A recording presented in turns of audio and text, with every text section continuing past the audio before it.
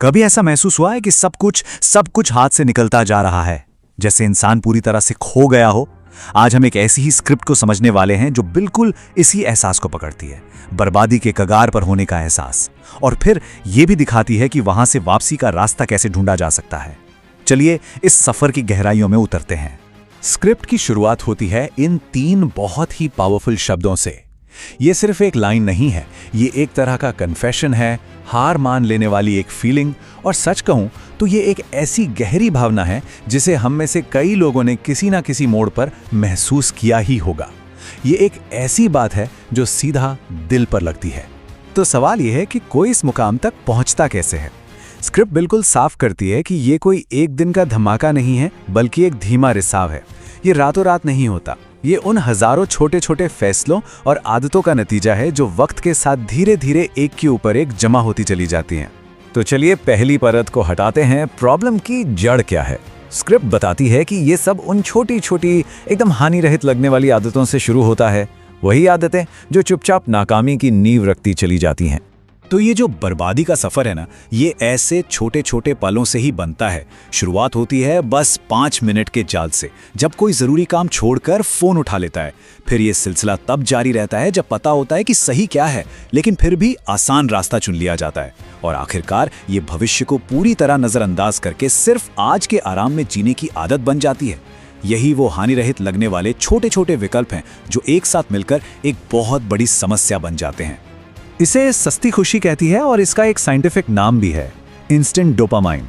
ये social media से मिलने वाली वो तुरंत पल भर की संतुष्टि है। और यहाँ पर जो सबसे दिलचस्प बात है वो ये है कि ये एक न्यूरोलॉजिकल जाल है। ये सच में हमारे दिमाग को आसान इनामों का आदी बना देता है। इस बदलाव को देखिए जरा। हमारा दिमाग पहले मेहनत से मिलने वाली खुशी के लिए बना था, जैसे कोई मुश्किल एक्सरसाइज पूरी करना या कोई नया हुनर सीखना। लेकिन अब आसान मनोरंजन की लगातार बौछार की वजह से वही दिमाग मेहनत को बोरिंग समझने लगता है। यही वो असली लड़ाई है जिसके बारे में स्क्रिप्ट बात करती है। चलिए अब आगे बढ़ते हैं और देखते हैं कि ये प्रॉब्लम और कैसे बढ़ती है। कहानी का अगला हिस्सा है बाहरी दबाव, मतलब सोशल मीडिया और समाज, जो हमारी अंदरूनी लड़ाई को और भी ज्यादा मुश्किल बना देते हैं। ये है सोशल मीडिया पर तुलना का जहरीला चक्र। पहला स्टेप, दूसरों की एकदम परफेक्ट सजी सवरी जिंदगियां देखना। दूसरा स्टेप, ये नोटिस करना कि उनकी कहानियों में असली संघर्ष तो कहीं है ही नहीं। तीसरा स्टेप, उनकी हाईलाइट रील की तुलना अपनी जिंदगी की सच्चाई से करना। और चौथा और आखिरी स्टेप, ये नतीजा निकालना कि मैं किसी काम का नहीं हूं। ये एक बहुत ही पावरफुल, खुद को तबाह करने वाला चक्र है। और फिर आता है समाज का दबाव, जिसे ये एक लाइन पूरी तरह से समझा देती है। शर्मा जी का बेटा।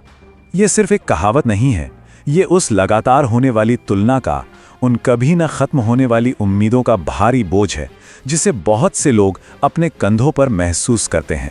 अब हम स्क्रिप्ट के उस मोड़ पर आते हैं जहां से कहानी पलट जाती है। अब तक सारा ध्यान बाहरी वजहों पर था, लेकिन अब फोकस शिफ्ट होता है पर्सनल जिम्मेदारी पर। और यहां पे स्क्रिप्ट एक बहुत कठोर लाइन खींचती है। वो बाहरी दोष देने के सारे दरवाजे बंद कर देती है। समस्या समाज नहीं है, माता पिता नहीं है, सिस्टम भी नहीं है। सारे बहाने यहाँ खत्म हो जाते हैं और एक मुश्किल सच सामने आकर खड़ा हो जाता है। ये लाइन ये इस स्क्रिप्ट का दिल है। ये खुद को पहचानने का, एक कड़वा सच स्वीकार करने का पल है। तुमने खुद की है।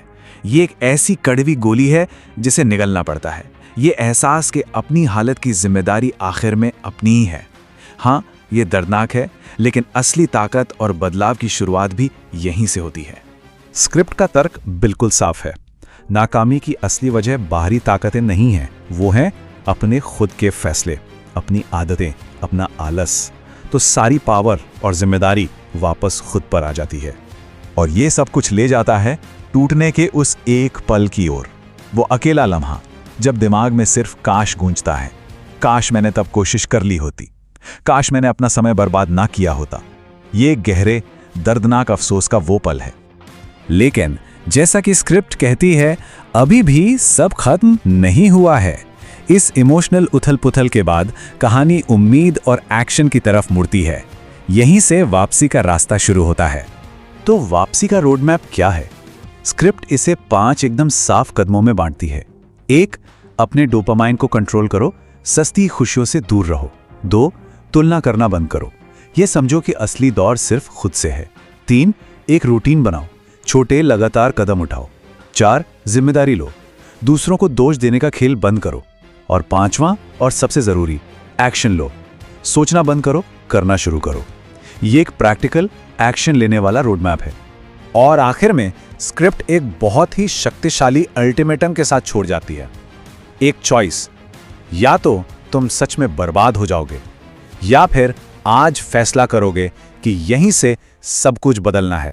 अंत में सारी ताकत और सारी जिम्मेदारी वापस उसी इंसान पर आ जाती है। स्क्रिप्ट का आखिरी मैसेज एकदम साफ है, रास्ता दिखाया जा चुका है, लेकिन उस पर चलने का फैसला आखिरकार हर इंसान का अपना होता है।